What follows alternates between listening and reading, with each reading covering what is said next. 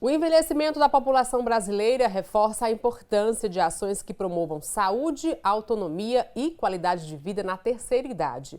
Nesse contexto, a fisioterapia e a terapia ocupacional desempenham um papel fundamental na prevenção de doenças, na reabilitação e na manutenção da independência funcional das pessoas idosas. Para conversar sobre esse tema, eu recebo aqui a Vanina Barbosa, que é terapeuta ocupacional, que vai compartilhar a sua visão sobre a contribuição dessas profissões para o envelhecimento saudável, os principais desafios enfrentados pelos idosos e a importância do cuidado interdisciplinar na promoção de uma vida mais ativa e independente. Vanina, um prazer recebê-la aqui no Papo Saúde, seja sempre muito bem-vinda. Eu queria começar te perguntando o que é que significa uma fase idosa saudável, uma velhice saudável. Vamos lá, a gente tem várias características desse processo, né? Eu acho que quando a gente fala de saudável, ela é uma autopercepção, né? Porque às vezes o que é saudável para mim, às vezes não é saudável para o outro.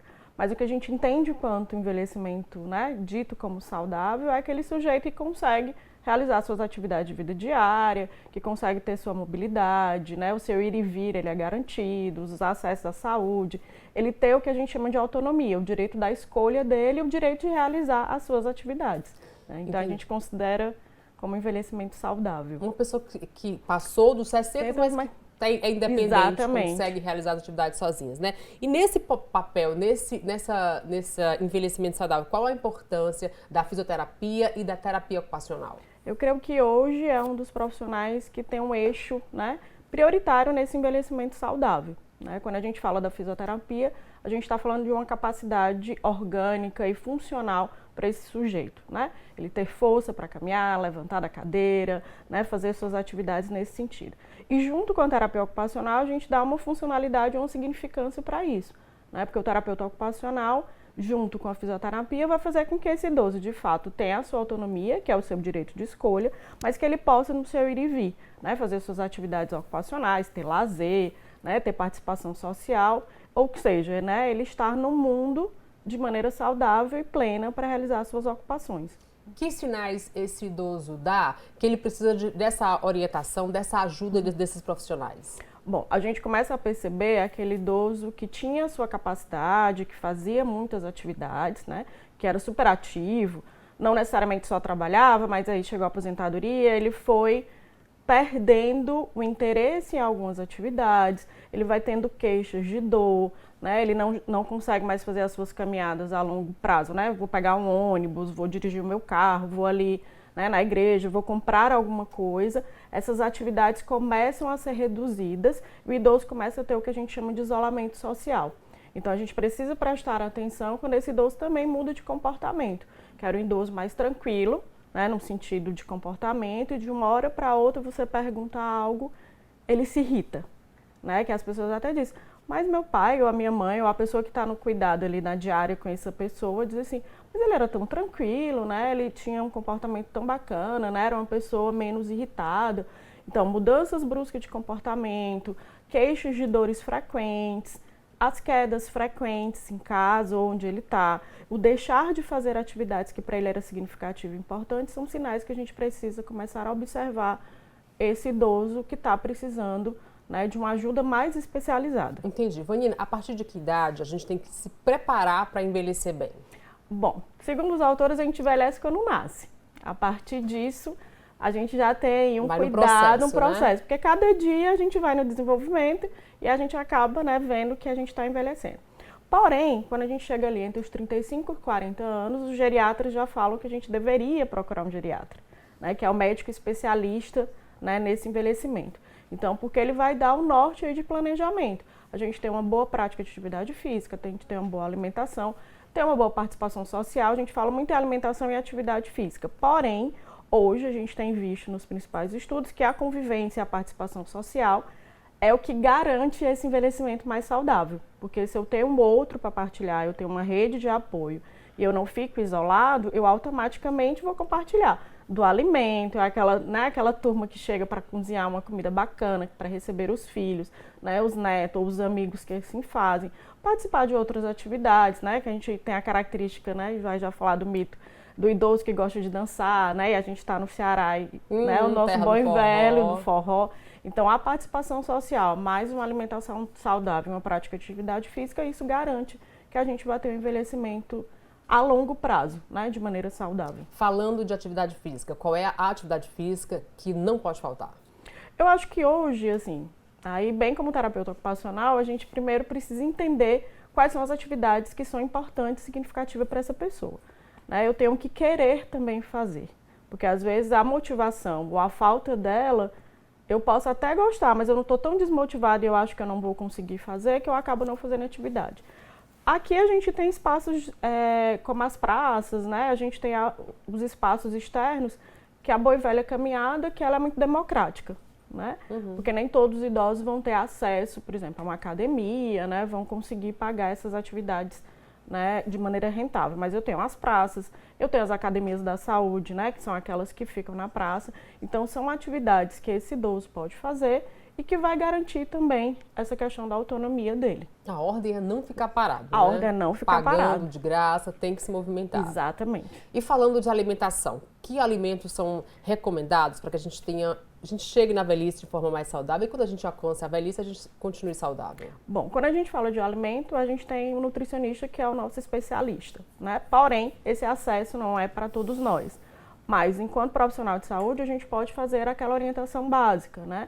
Então, a redução do sal, a redução da gordura, né? A gente sabe de comidas, né? As frutas da época, né? Porque às vezes a gente sabe que, dependendo da época, essa questão do mercado, ele se torna um pouco mais caro e não é acessível para todo mundo. Mas a gente tem as frutas, né? Da própria região. Quem mora no interior sabe que tem a economia solidária, né? A economia, a agricultura alimentar, que a gente pode comprar o alimento ou plantar o próprio alimento, né? Ali a banana, o milho, né, que são alimentos muito regionais. Então, também a gente orientar esse idoso a diminuir, né, o processo de sal, porque não é o sal que dá sabor, né? Às vezes o tempero é muito mais saboroso, aquele velho bom combinação entre alho e cebola é o que dá o gosto da comida, não é o sal, mas a gente acha que é o inverso. Acha que é o sal, né? A questão da gordura, às vezes no interior eu tenho lá a boa e famosa banha de porco, né, que eu posso ter um pouco saudável e me dar essa alimentação menos gordurosa no sentido industrializado, mas se eu tenho aquele industrializado, tenta diminuir um pouquinho, né?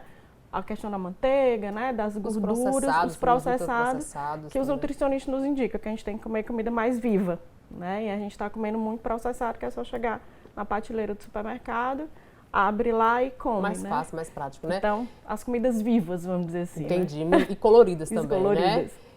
A velhice é uma fase da vida que envolve muitos mitos, né? Quais são esses principais mitos que a gente precisa desmistificar? Tem um que a gente escuta muito, né? Ah, eu estou perdendo a memória, eu estou me esquecendo. O ato de esquecer, ele não é necessariamente na velhice. Todos nós esquecemos, né? E nessa vida acelerada que a gente tem, a gente acaba esquecendo muito mais, porque a gente faz 10 coisas ao mesmo tempo, né? Outro mito que a gente tem, e aí eu vou tocar num assunto bem tabu, é dizer assim, idoso não namora e não tem atividade sexual ativa. Né? Porque a gente também cria o mito que os idosos são pessoas assexuadas, são pessoas que não têm desejo, são pessoas que não podem se relacionar, né? Que sempre a gente escuta, é a velhinha assanhada e o velhinho assanhado. Aí a gente está entrando numa seara da moral, né? Tem dos preconceitos, dos crimes, né? Eu não estou entrando nessa seara. Mas o idoso, sim, ele tem a capacidade de consegue tudo, viver né? tudo. Se tiver saúde...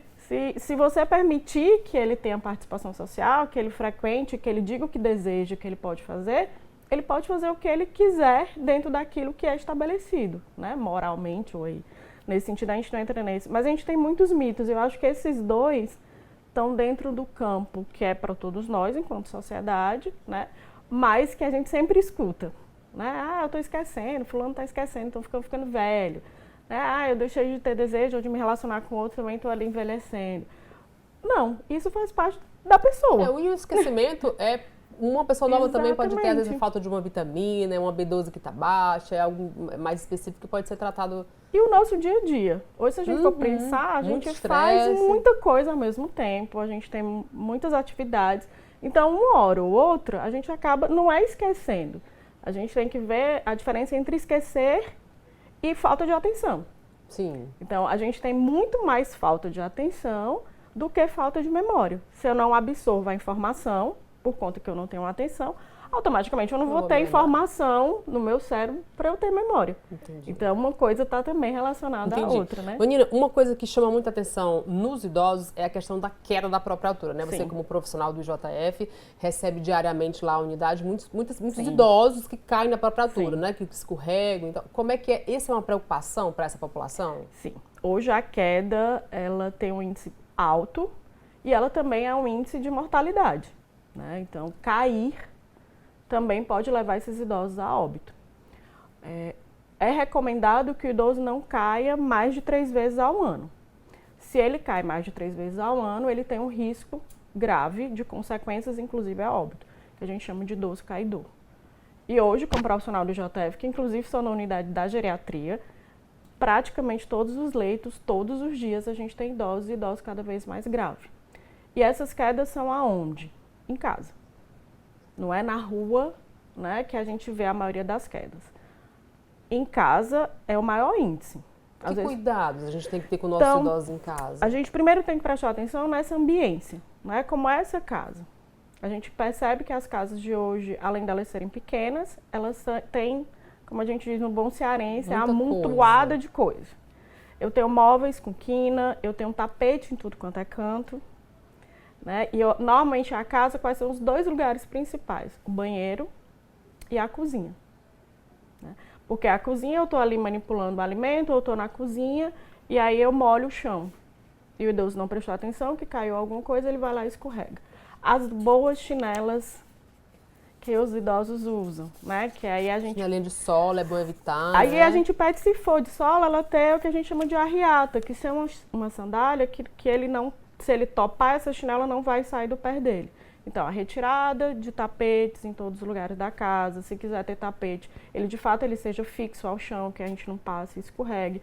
Ver as quinas, né, dos móveis, se for possível. Observar se o chão está molhado.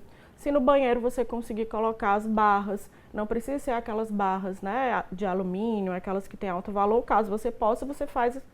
Mas eu posso fazer uma barra, né, com cano PVC, adaptar, boto, né, lá um cimento dentro para ela ficar mais resistida e colocar na altura que eu possa, que o idoso tenha onde se sustentar para levantar do sanitário. O banheiro é uma área que preocupa muito, né? É onde a gente tem mais queda. Botar um pisozinho antiderrapante. Antiderrapante, ou se eu tenho uma pia mais próxima, né, do sanitário, porque a pia é um suporte, né, para ele levantar, ter a barra na frente desse sanitário, no chuveiro tem uma barra, ou ter uma cadeira, né, que seja confortável para o idoso levantar, mas ter cuidado para ela não escorregar na hora que ele levantar, porque o piso está molhado. Então, a gente tem pequenas adaptações que às vezes não são caras, de alto custo, que todas as casas a gente pode estar fazendo relacionado a isso, e a prevenção de queda ela é super importante. Uma vez o idoso caindo, a recuperação desse idoso ela é mais demorada, né, do que uma pessoa mais nova? Depende muito, né? Depende muito que a gente começou, né, a entrevista história, do envelhecimento saudável. Se esse idoso não tem tanta comorbidade, né, o que seria isso? Ele não é hipertenso, ele não é diabético, ele não está desenvolvendo processo demencial, ele não tem essas comorbidades, a recuperação dele está dentro do que a gente espera. Faz a cirurgia, passa 3, 4 dias ainda no IJF e vai embora. Porém, o que acontece? Que aí eles caem várias vezes, na casa, na rua. Quando chega ali, né, na 3ª, 4ª queda, eles acabam tendo a queda que fratura, que normalmente é a fratura do colo do fêmur que a gente fala. Então, se eu tiver profissionais lá na atenção básica, ou profissionais que esse sujeito consiga pagar uma academia, fazer a fisioterapia, ter um terapeuta ocupacional, ter uma rede de suporte, isso eu posso prevenir que ele chegue ao hospital, porque eu faço atividades de força, de mobilidade, de cognitivo, tem uma alimentação saudável, isso me garante que ele não chega ao hospital. Então, a queda, ela é algo prevenível. Ele não é um adoecimento que a gente não consiga deixar de acontecer.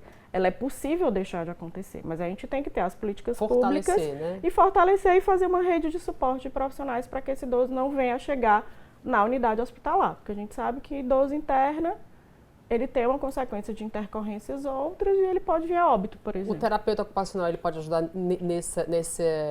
nessa prevenção em que sentido? Passando a atividade física recomendada, fazendo com ele atividade física? Além disso, eu acho que tem uma coisa que no idoso a gente precisa começar a pensar, que é as questões cognitivas e as atividades sociais de participação.